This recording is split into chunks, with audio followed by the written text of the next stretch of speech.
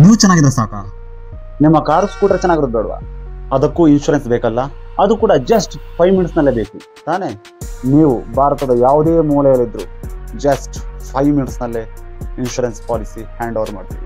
Just 9739011951ಗೆ WhatsApp ಮಾಡಿ. ಇವತ್ತೇ ನಿಮ್ಮ ವೆಹಿಕಲ್ಗೆ ಇನ್ಶೂರೆನ್ಸ್ ಮಾಡಿಸಿ.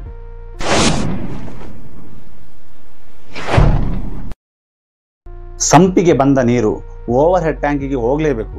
ಓವರ್ ಹೆಡ್ ಟ್ಯಾಂಕಿಗೆ ಹೋದ್ರೇನೆ ಮನೆ ಒಳಗಿನ ಸಿಂಕು, ಟಾಯ್ಲೆಟ್, ಬಾತ್ರೂಮು ಬೇಗ ನೀರು ಬರ್ತದೆ. ಸಂಪಿಂದ ಓವರ್ ಹೆಡ್ ಟ್ಯಾಂಕಿಗೆ ನೀರು ಹೋಗ್ಬೇಕಂತಂದ್ರೆ ಅಲ್ಲಿ ವಾಟರ್ ಪಂಪ್ ಪ್ರಮುಖ ಪಾತ್ರ ವಹಿಸ್ತದೆ.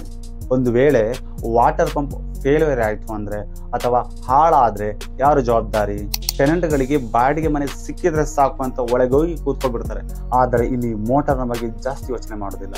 ಒಂದು ವೇಳೆ ಮೋಟ್ರ್ ಹಾಳಾದರೆ, ಮೋಟ್ರ್ ಫೇಲ್ ಆದರೆ ಯಾರು ಜವಾಬ್ದಾರಿ ಅನ್ನೋದನ್ನು ನೀವು ರೆಂಟಲ್ ಅಗ್ರಿಮೆಂಟ್ನಲ್ಲಿ ನೀವು ಮೆನ್ಷನ್ ಮಾಡಲೇಬೇಕು. ಮನೆ ಮಾಲೀಕರ ಹತ್ರ ಅದರ ಬಗ್ಗೆ ಕೇಳಲೇಬೇಕು. ಮೋಟರ್ ಹಾಳಾದರೆ, ಮೋಟರ್ ಫೇಲ್ ಆದರೆ ನೀವು ರೆಡಿ ಮಾಡಿಸ್ಕೊಡ್ತೀರಾ ಅನ್ನೋದನ್ನು ನೀವು ಕೇಳಲೇಬೇಕಾಗ್ತದೆ.